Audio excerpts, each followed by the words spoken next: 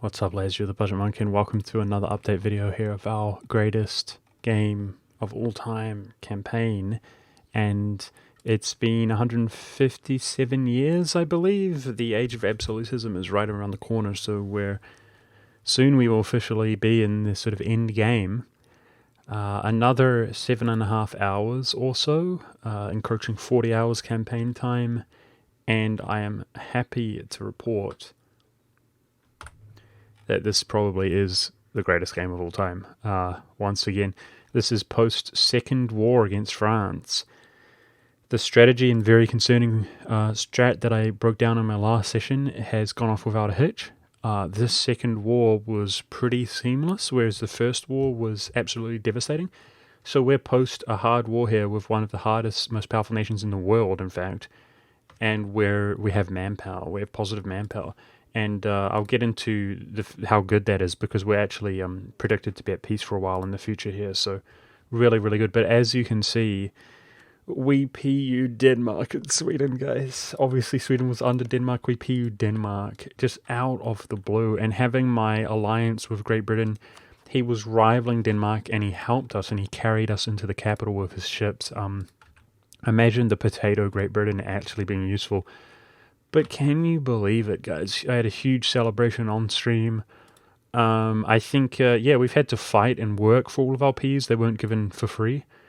This is the first PU who was not allied to France, funnily enough. But, yeah, I mean, officially, I like to sort of weigh up the luck, compared to my previous runs and my, other attempts and so on. How well is it going in terms of luck, and not the kind of what we're carrying on our back, the plays that we're making.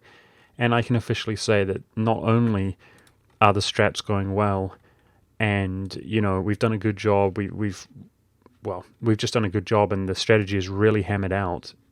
But also, this is becoming one of the luckiest games as well, which is just absolutely beautiful. I would say that is the luckiest game probably at that point, if not pretty close. Amazing, and I just influenced him for 900 ducats, guys. It's so much, but we are rich, and he's officially at positive relations while at peace, so we're not going to abruptly lose him. Now, it gets even more interesting than that. You can see the size of our country here. Since the last update, I've simply double-chunked QQ and double-chunked the Mamelukes in terms of my own expansion, feeding Syria and myself with our war score cost reduction modifiers being stacked up. So I can overextend and then head stuff to Syria. That's all we've done, but it's almost entirely been Diplo plays. I obviously did do the Diplo vassalization of Provence, the reconquest of Savoy and most of Provence's territory. We've since annexed them into the country. And speaking of which, you can see I'm integrating Byzantium and Poland. So we have since actually finally become a parliament.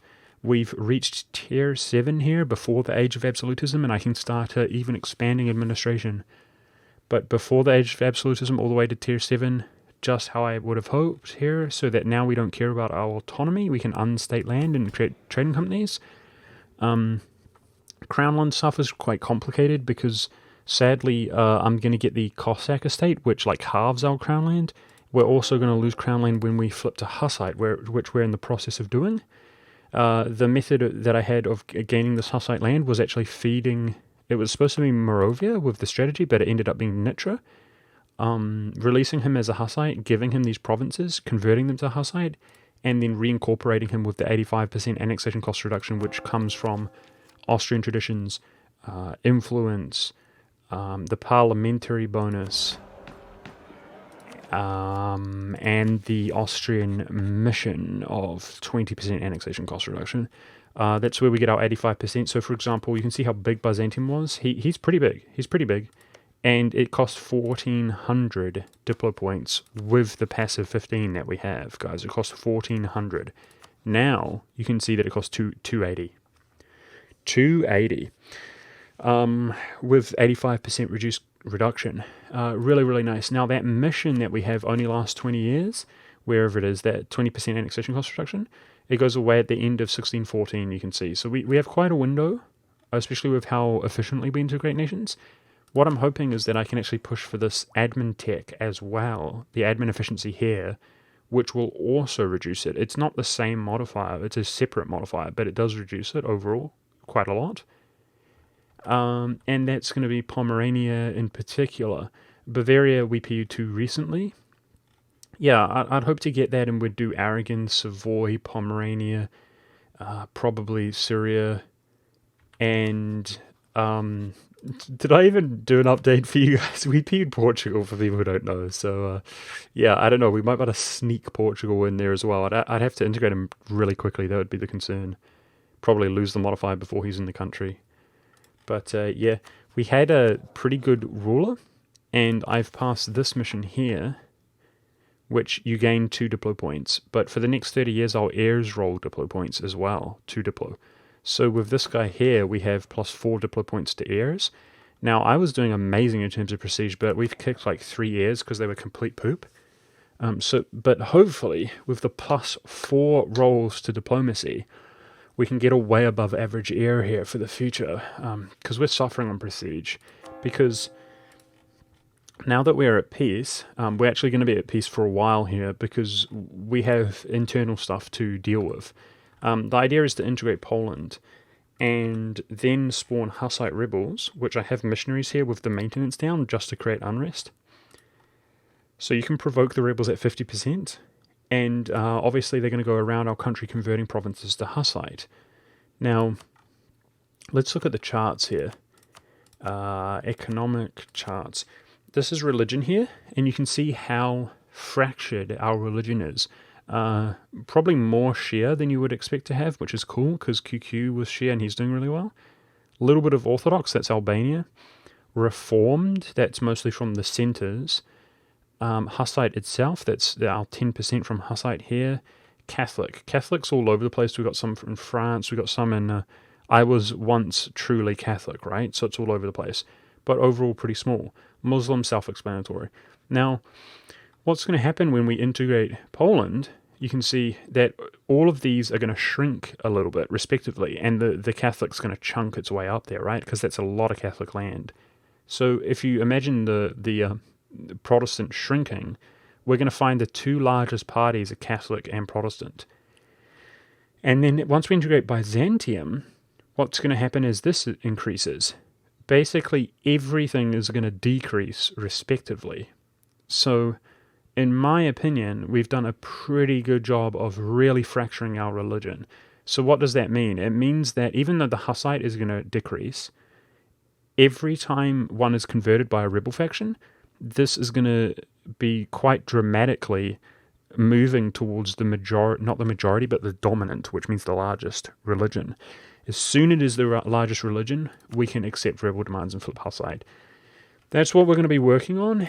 And Hussite you cannot form Prussia as a Hussite. So one of the methods we're going to do here to actually help alleviate this and move it along is I'm now going to switch to Reformed. So we've been Protestant for various reasons. Protestant is actually really good in some ways. In niche ways, it is really good. Like this improved relations.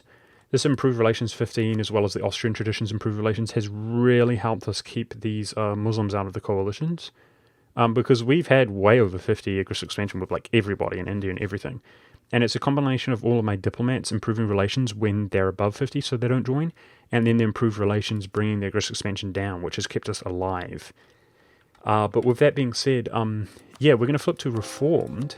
And what I'm going to do is try to actually convert Catholic, for example, if it's the biggest.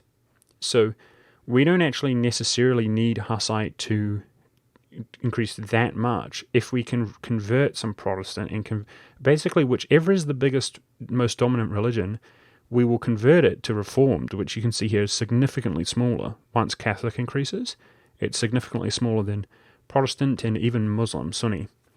So by increasing this, it's going to shrink every other piece of the pie. And if the rebels are increasing, we're hoping to get that dominant Hussite. Hungary has less annexation cost reduction than Bohemia, who I originally planned to do this with. They actually have 5% more. But there's a big difference between 85% annexation cost reduction and 90%, right? Because we're talking about the total piece of the pie at 85 is 15. So 5% of 15 is 33%. So there's a big deal. And that's part of the reason that I didn't want to feed Moravia or Nitra in this case that much more. So this is a little bit smaller than I had planned. But overall, the game is going just ridiculously well. We're also smaller geographically than I had planned myself. This has been such a Diplo-heavy game. It's crazy. And I integrated Trent, who we Diplo-vassalized. I integrated Provence, trying to get rid of relations. But this is something I can't really do any more than I already have, or else it's going to hinder the Hussite conversion more and more.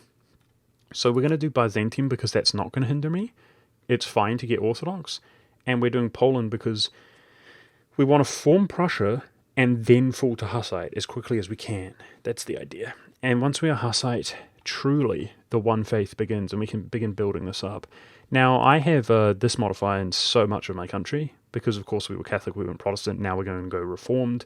But due to my policies with 40% religious unity, we're not doing that bad, and we're going to continue to not do that poorly when we are actually Hussite.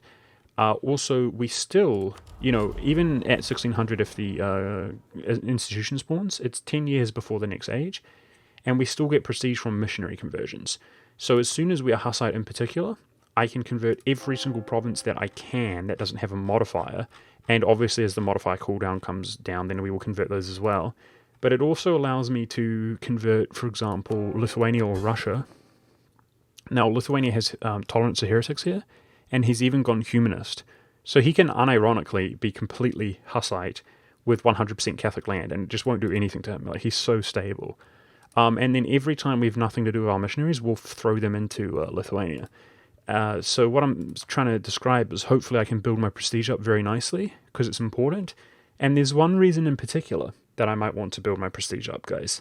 But before we talk about that, I want to talk about what's next. We've effectively completed the Austrian mission tree. There's a lot that we ended up missing out on, but it's out of my control. It's sort of quote-unquote bad luck, but that's fine because it's overrided with good luck. And that includes like Milan flipping to a serene republic, for example.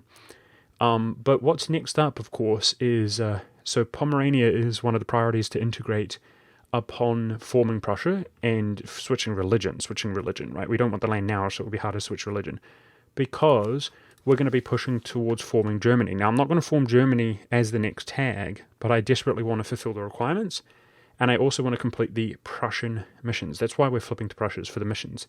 So if you gain 100 provinces in Germany, you get 5% admin efficiency. That's what Prussia's all about for the whole game. But you also need to go down the list and complete one mission at a time. And those missions are to own like Lower Saxony, these areas, Lower Saxony, Weser.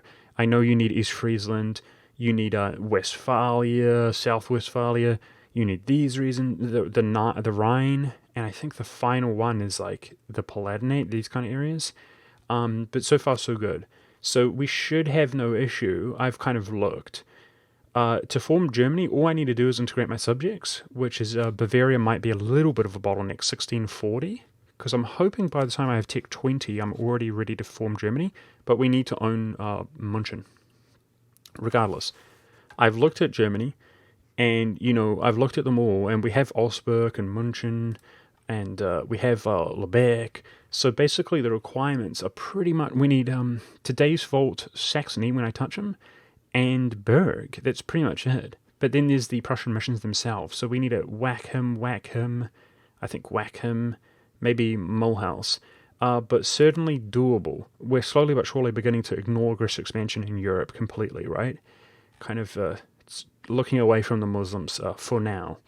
This is what my coalition currently looks like. It's a little bit scary. I've been whacking truces, keeping them split up, and that is a little bit of a concern because I want a bit of peace now. So, for example, Uzbek in 3 years, we've been just attacking him with Russia, and I'll kind of be forced to do that. But if we go to war, then my subjects are probably going to kill the Hussite rebels, so just a little bit concerning. But yeah, so that will be what Germany's all about, right, is passing the Prussian missions, and then we're going to be switching tag again. Now, people might wonder, how are we going to form Prussia? You have to unstate everything. Well, yes, we are going to unstate everything. So that I will unstate literally everything you see here, and that means all I need to do is state these up, promote Prussian culture, and we will be able to flip majority Prussian, right? If you guys understand what I'm saying. Now, there's some more nuances, like I'm an empire government rank. We have to overcome this. So, for example, we'll form Croatia. So I can't promote Prussian because it's full accepted. So we'll form Croatia, quickly complete their missions, and then I can promote Prussian, right? So I will unstate everything apart from Croatia. We need to promote that culture, form Croatia, completely complete their missions, then unstate literally everything. Maybe that, I don't think it moves your capital to form Croatia. Then form Prussia. That's what we're going to do. And you might say, really, you're going to operate with no states? That is ultimately the goal. But of course, after integrating all of these guys in my country, we can state those up for free, guys. Remember. So yes, my states will be completely reworked. Yes, I did plan to ultimately unstate Constantinople and everything anyway. It's going to turn into trading companies. Yes, we don't care about our autonomy being bad because we've got the government reforms completed. And I will state up temporarily. I will state up Poland. I'll set up other things as well. Like, for example, this can be set up for free just to give us the manpower and the force limit to tide us over until we're, like, you know, supremely powerful. But yeah, we're going to switch our states around, basically. Yeah, so that's a pretty good breakdown. Now, as a little bit of a teaser, guys, I don't know. This was a huge bait. I'm going to show you something. This occurred during my war with Denmark. I cannot believe it. So, I want myself, regardless of how this stuff goes, my title in real life, guys, is officially the PU King. Okay, I'm just saying. But there's a Habsburg on Great Britain, guys. Can you imagine? Now, some people will just be pogging off like, whoa, that's insane. We're going to PU Great Britain as well. I would be surprised if we do. I would be surprised if we do. If it was my goal to PU Great Britain before the end of the game, there's probably like a 95% chance we could PU him, for sure. He's not a valid rival. We would just need to improve our relations enough to break alliance and not have him go into the negative. Yeah, for sure we could pull off a PU. Now, I have a truce with him. I don't have the prestige to claim his throne, and we're not going to have the prestige. This is negative 100 prestige. Are you starting to see some of the issues? We have a truce with him. The war will be hard. And obviously, if I don't do it now, we have to fight him, we have to win the war, and then there's a 50-year cooldown timer. So we want to actually integrate him into the country to get London and York to form Rome. And we're trying to rush Rome from this point, basically, as quickly as we can, the Roman borders. Speaking of which, we've got 2 more wars. One war with France, where I'm going to take this stuff. 5. And then these 2, Paris. Once they form Sardinia-Piedmont, we will... then second war from now, we'll PU France. A little bit questionable with all his negative modifiers, if we can even manage his relations. I hope so. We'll see. But the AE is already a shocking modifier. That alone you can see. And it's only going to get worse. Much worse.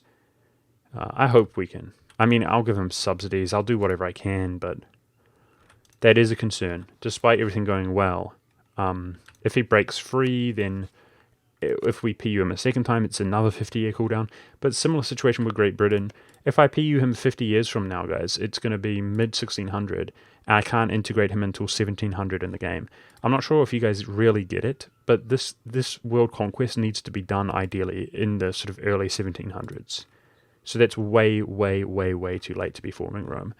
So we need to PU him within the next sort of 25 years, really, 30 years at the latest.